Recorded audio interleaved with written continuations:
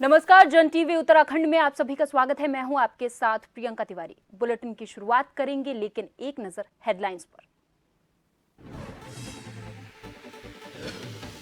PM Modi का 12 अप्रैल को उत्तराखंड का प्रस्तावित दौरा। ऋषिकेश में जनसभा को कर सकते हैं संबोधित। गढ़वाल की तीनों सीटों को साधने पर फोकस। राजनाथ का लोहाघाट दौरा। उत्तराखंड के कांग्रेस के दिग्गज नेता दिनेश अग्रवाल बीजेपी में शामिल। लोकसभा चुनावों में बनाया था स्टार प्रचारक। डोईवाला में एसपी सिंह ने छोड़ी कांग्रेस।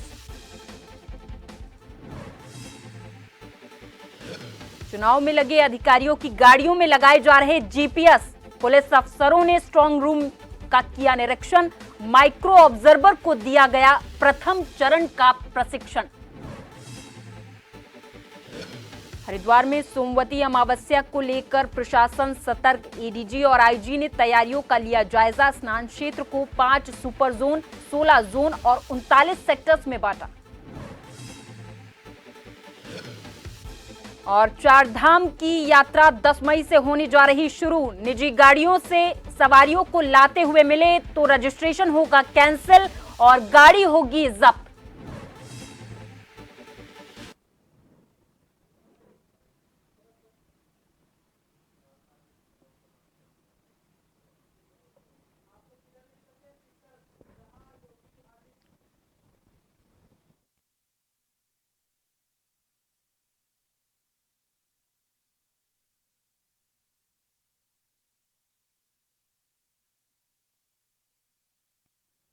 और अब आपको सीधे लिए चलते हैं सीकर, जहां पर यूपी के सीएम योगी आदित्यनाथ जनसभा को संबोधित कर रहे हैं। क्या कुछ कह रहे हैं, सुनाएंगे।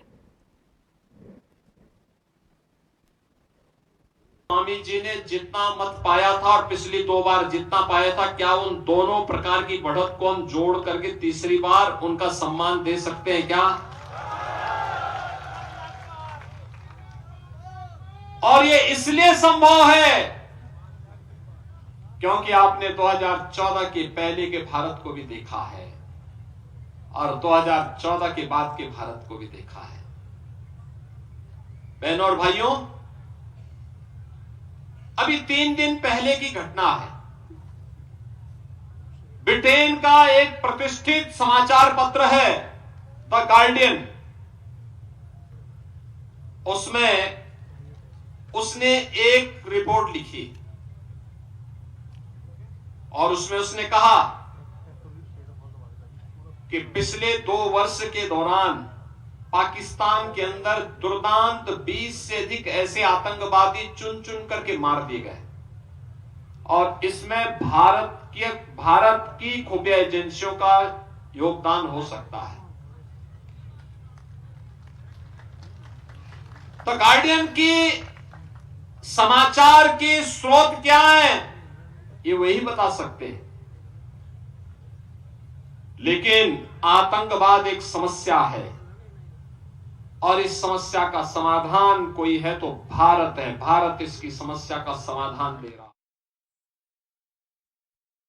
चलिए बढ़ेंगे खबरों की ओर। 12 अप्रैल को केंद्रीय रक्षा मंत्री राजनाथ सिंह का लोहाघाट दौरा प्रस्तावित है, जिसको लेकर बीजेपी पदाधिकारियों और कार्यकर्ताओं ने तैयारियां शुरू कर दी हैं। रविवार को बीजेपी जिलाध्यक्ष निर्मल मेहरा, प्रभारी रामदत्त जोशी और विधानसभा संयोजक पूरन सिंह ने बीजेपी पदाधिकारियों के साथ रामलीला मैदान लोहाघाट का निरीक्षण किया है।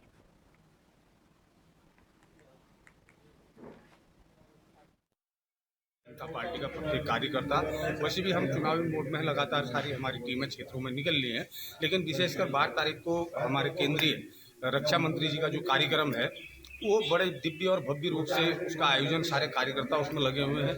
हमारे पूरे जिले के कार्यकर्ता उसमें प्रतिभाग करेंगे और हमारी जो प्रबंध समिति की टोली है वो प्रत्येक मंडलों में संपर्क करके वहाँ से भीड़ की चिंता करें। 12 तारीख के लिए ये पूरी टीम, जिले की कोर कमेटी, विधानसभा अध्यक्ष, विधानसभा प्रभारी, जिला पूरा संगठन और सभी पदाधिकारी इसके जोर शोर के लिए लगे हैं।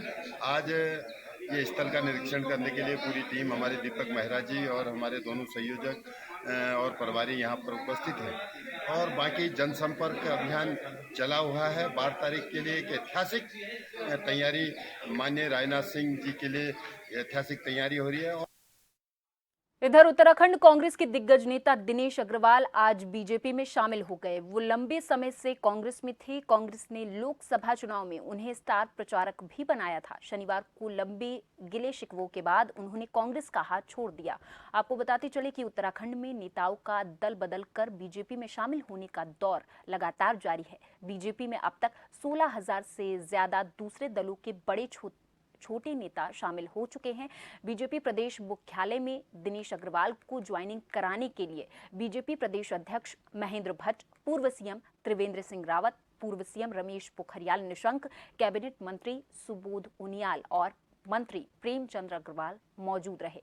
ज्वाइनिंग के बाद दिनेश अग्रवाल ने कहा कि प्रधानमंत्री मोदी और मुख्यमंत्री पुष्कर सिंह धामी के विकास कार्यों से प्रभावित होकर मैंने बीजेपी ज्वाइन की है।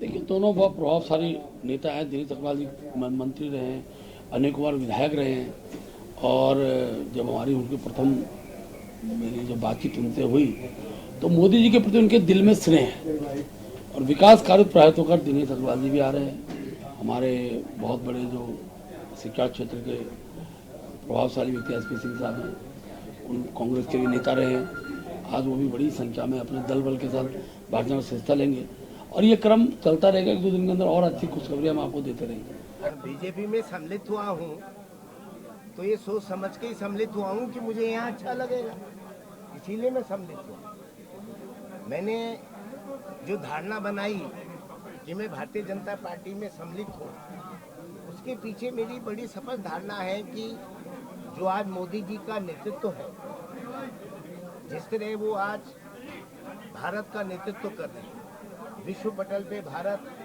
एक नई। दो अलग अलग दलों के लोग थे, दल चुनाव लड़ते थे तो हम आपस में चुनाव लड़ते थे। कुल मिला के हमारे बड़े भाई की तरह हैं, पहले से हमारे संबंध थे, आज भी हमारे संबंध और आगे और मजबूत होंगे। तो हम चिर प्रतिद्वंदी नहीं हैं। दो राजनीति अलग अलग दलों में थे, पार्टी ने मुझे चुनाव लड़ाया, उनको लड़ाया, हम लोग आपस में चुनाव लड़े, हमारी पार्टी जीती है। तो इसको इस रूप में देखना चाहिए। जहाँ तक हम शहर के लोग हैं, एक ही शहर में वर्षानुवर्ष हम काम कर रहे हैं। आप हमसे वरिष्ठ हैं, आपने 68 से अपना काम शुरू किया, तब मेरी आयु ही कुल 7-8 साल की रही हो, तो आप समझ सकते। जैसे जैसे लोकसभा चुनाव में मतदान की तारीख नजदीक आती जा रही, सभी राजनीतिक दल मतदाताओं को अपने अपने पक्ष में रुझाने के लिए कोई कोर कसर नहीं छोड़ रहे। बीजेपी कांग्रेस के साथ साथ निर्दलीय प्रत्याशी और क्षेत्रीय दल भी अब पूरे तरह से चुनाव मैदान में उतर चुके हैं। जहां डोईवाला विधानसभा में कांग्रेस के पूर्व दायित्वधारी एसपी सिंह ने कांग्रेस को छोड़ते हुए बीजेपी का दामन थाम लिया, तो वहीं कांग्रेस के पूर्व मुख्यमंत्री हरीश रावत ने डोईवाला में प्रत्याशी के बिना ही सैकड़ों कार्यकर्ताओं के साथ रोड शो किया और कांग्रेस प्रत्याशी वीरेंद्र रावत के पक्ष में वोट मांगे।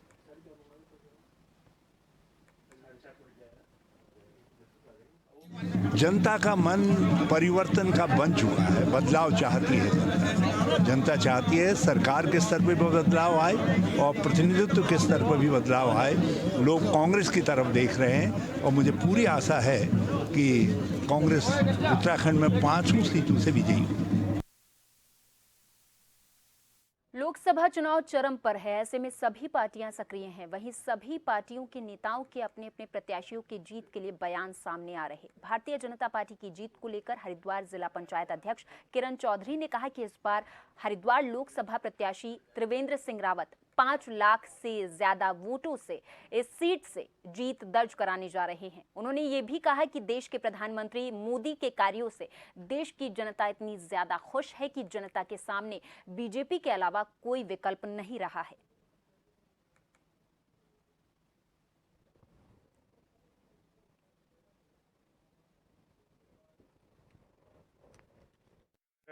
हरिद्वार लोकसभा की सबसे पहले तो हमारे पास ऐसा कैंडिडेट है जिसका किसी के पास तोड़ नहीं है। ऐसा कैंडिडेट पार्टी ने हमको दिया है जिन्होंने 4 साल तक इस प्रदेश में जीरो टॉलरेंस की सरकार बना के इस प्रदेश को आगे बढ़ाने का काम किया है। मेरे भाई, आज लोग बाग पार्टी को नहीं इसके काम कोट दे रहे हैं। आप 10 साल का काम लगा लो, पिछली कांग्रेस में पिछले 60 साल का काम लगा लो, 60 साल छोटे पड़ जाएंगे इन 10 साल के भी सामने। तो जब से देश आज़ाद हुआ पहली बार काम पर उठ जा रही है। तो उत्तराखंड में देखो, उत्तराखंड से हमारे प्रधानमंत्री नरेंद्र मोदी जी विशेष लगाव रखते हैं और इस प्रदेश को आगे बढ़ाने के लिए इतनी योजनाएं चला रखी, इतने काम इस प्रदेश में हो सके, ना भूत ना भविष्य कभी हो ही नहीं सकते। देखो, जो ये आज बड़ी जीत एक इतिहास बनने जा रहा है, इसका टेलर यहाँ की पब्लिक ने जिला पंचायत के चुनाव में दे दिया था। वो टेलर था, अब वो पिक्चर पूरी पिक्चर सामने आ रही है। इधर उत्तराखंड में होने वाली लोकसभा चुनाव के मद्देनजर निर्वाचन आयोग ने केंद्र से सुरक्षा व्यवस्था के दृष्टिगत 125 टुकड़ियां अर्धसैनिक बलों की और 25,000 होमगार्ड की मांग की थी। केंद्र ने अब तक मात्र 15,000 होमगार्ड, 65 टुकड़ियां सीएपीएफ और 20 टुकड़ियां पीएसी की उपलब्ध करवाई हैं। राज्य निर्वाचन आयोग ने जो संख्या मांगी थी वो मिली हुई संख्या से बेहद कम है, जो कि सुरक्षा व्यवस्था के दृष्टिगत सवाल खड़े करती है। हालांकि निर्वाचन अधिकारी की इस बात के पूछे जाने पर लीपापोती करते हुए वो नजर जरूर आए।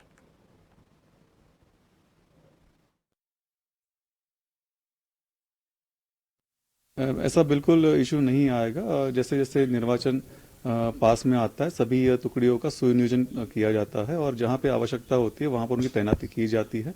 पूर्व में भी हमारा जो निर्वाचन हुआ था उससे अधिक टुकड़ियों की ही हमको उपलब्धता सुनिश्चित कराई गई है। पिछले निर्वाचन में 65 टुकड़ियां ही आई थी, इस बार हमारे 65 टुकड़ियां सीएपीएफ की और 20 टुकड़ियां पीएसी की, कुल मिला के 85 टुकड़ियां हमारी इस बार निर्वाचन में कार्य करेंगी।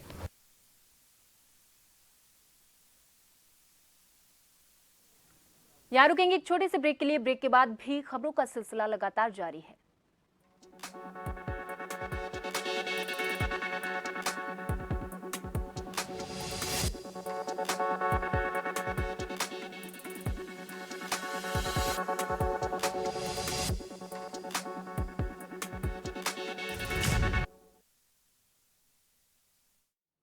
ब्रेक के बाद एक बार फिर से आप सभी का स्वागत है। खबरों की ओर करेंगे। बूथ चलो बूथ जीतो अभियान का शुभारंभ जोशीमठ नगर के बद्रीनाथ विधानसभा में बीजेपी कार्यकर्ताओं के द्वारा बहुत ही तेजी से देखने को मिल रहा है। यहां तो हर दिन बीजेपी के वरिष्ठ कार्यकर्ता अपने अपने बूथ स्तर पर जाकर लोगों से मुलाकात कर रहे और जगह जगह पर बैठकों का आयोजन भी कर रहे। वहीं इस दौरान बीजेपी के वरिष्ठ कार्यकर्ता बद्रीनाथ विधानसभा की बूथ संख्या 26 मनोहर बाग जोशीमठ पहुंचे, जहां पर बीजेपी कार्यकर्ताओं ने एक बैठक का आयोजन किया और साथ ही साथ स्थानीय लोगों से मुलाकात की। बीजेपी के पक्ष में वोट देने की अपील भी इस दौरान की गई है।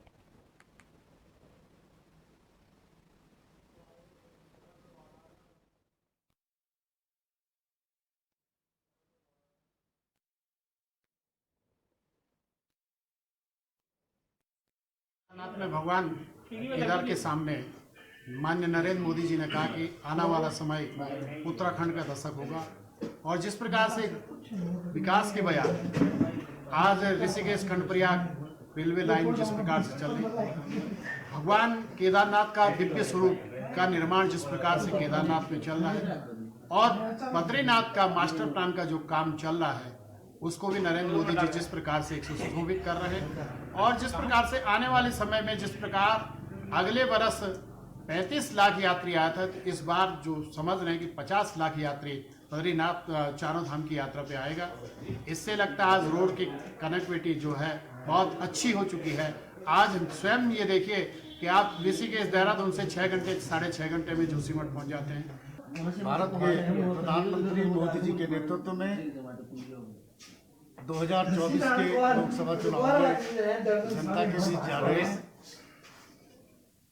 मोदी जी के कार्यों को देखते हुए जनता में बड़ा उत्साह है और यही उत्साह हमें वोट के रूप में जनता का आशीर्वाद मिलेगा और इस समय हम 400 सीटों से अधिक सीटों पर विजयी कार्यकर्ताओं में बहुत उत्साह है क्योंकि जो नारा है हमारा अब की बार 400 पार, हमें तो ये लगता है कहीं इसका भी रिकॉर्ड ना टूट जाए और अब की बार 450 पार ना हो जाए। जिस प्रकार से लोगों में उत्साह है, महिलाओं में उत्साह है, युवाओं में उत्साह है, बुजुर्गों में उत्साह है, हर घर में मोदी लहर है। हर घर में जिस प्रकार से आपने देखा होगा कोविड के बाद जो हर घर में राशन फ्री में दिया जा रहा है, लगभग 90 करोड़ करते हुए कहा कि बीजेपी की सरकार में मुस्लिम लोगों का भविष्य है, क्योंकि ये एक ऐसी पार्टी है जो सभी धर्म के लोगों को एक साथ लेकर चलती है।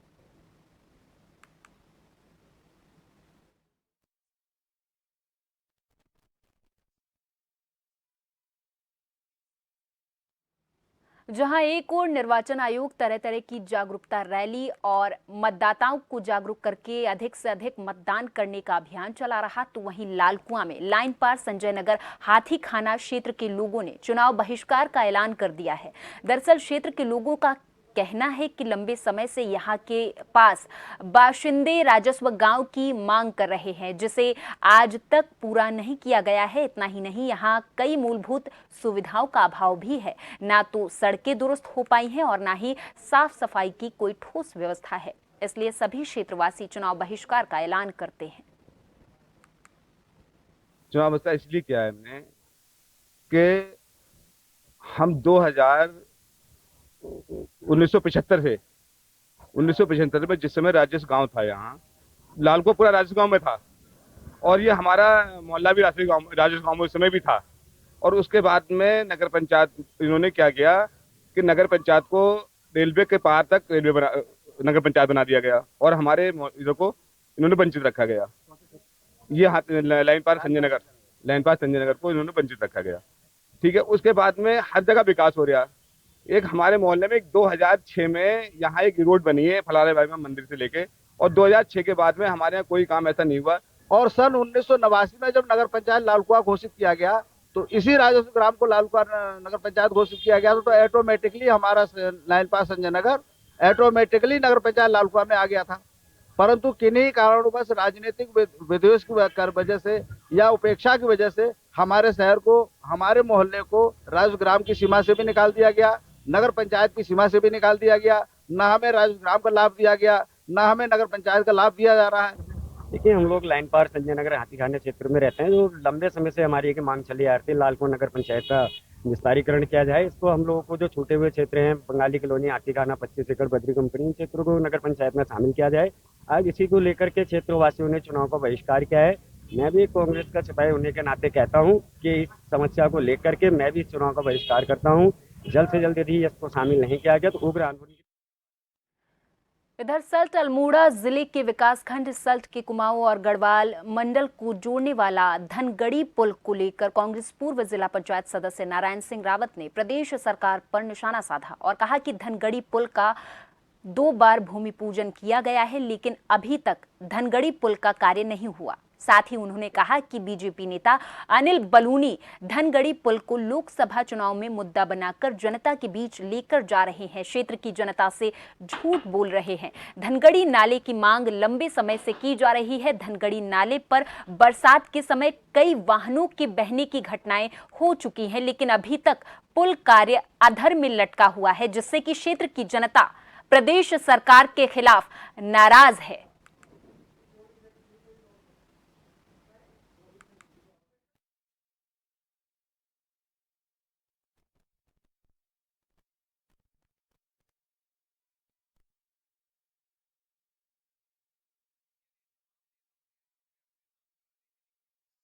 लेकिन वो धनगढ़ी के पुल को आज 6 साल हो गए, आज भी कार्य प्रारंभ नहीं हुआ है। और वो पहला ही सरकार का पहला काम है कि जिसके लिए 2 बार का टेंडर हुआ है, 2 बार का टेंडर को रिवाइज किया है, एस्टिमेट रिवाइज किया गया है, 2 बार का भूमि पूजन हुआ है, लेकिन वो पुल आज तक नहीं बना है। धनगढ़ी के नाम पर जो राज्यसभा सांसद अनिल बलूनी बड़े बड़े दावे कर रहे थे कि मैंने इस पुल को स्वीकृत करा दिया है, और यहाँ के मुख्यमंत्री कह रहे थे मैंने स्वीकृत करा दिया है। नितिन गडकरी जी ने कहा मैंने इसके लिए पैसा आवंटित कर दिया है। रामनगर के विधायक ने जल्दीबाजी में जो है उसका उद्घाटन कर दिया। यहाँ के विधायक ने कहा कि मैंने पुल बना दिया, रानीखेत के विधायक ने कहा मैंने पुल स्वीकृत करा दिया है। लेकिन उस पुल की दशा आज भी लोगों को देखने को मिल रही है कि इस सरकार में जितना झूठ बोला जाता है वो जनता भली भांति जानती।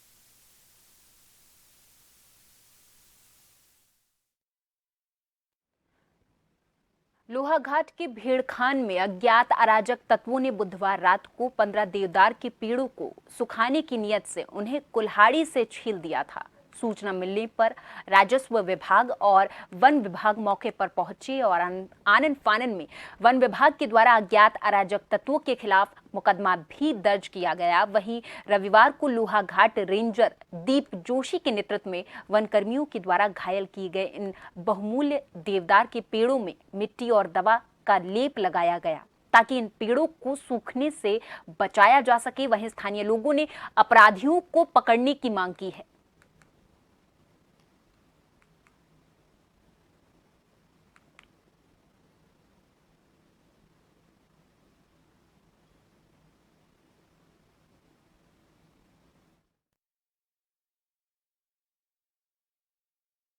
ये नगर पालिका क्षेत्र अंतर्गत गड्ढिंग किए गए वृक्षों को बचाने के लिए मिट्टी में दवा मिलाकर उसका लेप लगाया गया है तथा उसके बाद उसको कपड़े से लपेट दिया गया है ताकि वृक्ष सूखने से बचें तथा उन्हें क्षति।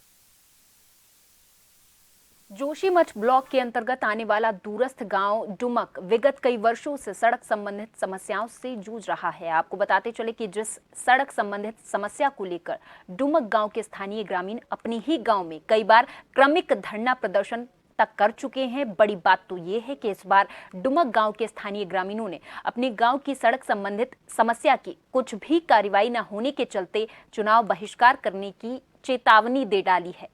यहाँ के स्थानीय ग्रामीण महिला मंगल दलों का कहना है कि जब तक उनके गांव की सड़क संबंधित समस्या पूरी नहीं हो जाती तब तक वे किसी भी राजनीतिक पार्टी को अपने गांव में प्रवेश नहीं करने देंगे और ना ही पूरा गांव किसी भी राजनीतिक पार्टी को अपना वोट देगा। समय से हमारा यहाँ पे आंदोलन चल रहा है गांव में और हमने एक मन बना दिया है कि जब तक रोड नहीं तो वोट नहीं। लोग तो गांव से पलायन कर रहे हैं और सरकार का भी यही वो है कि पलायन रोकने के लिए, पर जब जहाँ सड़क सुविधा नहीं है तो वहाँ वो गांव पलायन ही होगा। तो इसके बाद चुनाव होने के पश्चात हमारी मांगें नहीं सुनी जाती है तो हम चुनाव के रामनगर के पेरुमदारा क्षेत्र में लगातार हो रही चोरियों से परेशान यहां के ग्रामीणों ने पुलिस की कार्यप्रणाली पर सवाल उठा दिए हैं। बता दें कि रामनगर के पेरुमदारा चौकी के अंतर्गत आने वाली मधुवन में लगातार हो रही चोरियों के खिलाफ ग्रामीणों का गुस्सा पुलिस के खिलाफ बढ़ने लगा है। ग्रामीणों ने कहा कि वे रात भर जागकर पहरेदारी कर रहे, वे खुद चोरों को पकड़कर पुलिस को सौंप रहे। ग्रामीणों ने पुलिस की प्रणाली पर सवाल भी खड़े किए। साथ ही ग्रामीणों ने कहा कि पेरुमदारा का क्षेत्र इतना बड़ा क्षेत्र है और पेरुमदारा चौकी में स्टाफ बहुत कम है। उन्होंने चौकी में स्टाफ बढ़ाने की भी मांग की है। वहीं मामले में पेरुमदारा चौकी के चौकी इंचार्ज राजेश जोशी ने कहा कि पेरुमदारा क्षेत्र में लगातार चोरी की घटनाएं बढ़ी हैं। उन्होंने कहा कि एक चोरी का पूर्व में हमने खुलासा किया था। उन्होंने कहा कि देर रात ग्रामीणों के द्वारा 2 संदिग्ध व्यक्तियों को पकड़ा गया जिनसे अब हम पूछताछ कर रहे हैं। मेरा कहने का मतलब यह है कि जो पुलिस को करना चाहिए वो हम कर रहे हैं। पुलिस कर क्या रही है हमारे लिए? पुलिस को तो चोर पकड़ के हम दे रहे हैं, ना तो वो पहरा कर रही है और ना वो हमारे कोई बात की सुनाई कर रही है। मेरे कहने का मतलब तो यही है। हम तो रात की नींद और दिन का चैन हमारा खो गया है। माँ बहनें हैं हमारी। और इसी के साथ जन टीवी उत्तराखंड में अभी के लिए मेरे साथ बस इतना ही। आप देखते रहें जन टीवी। नमस्कार।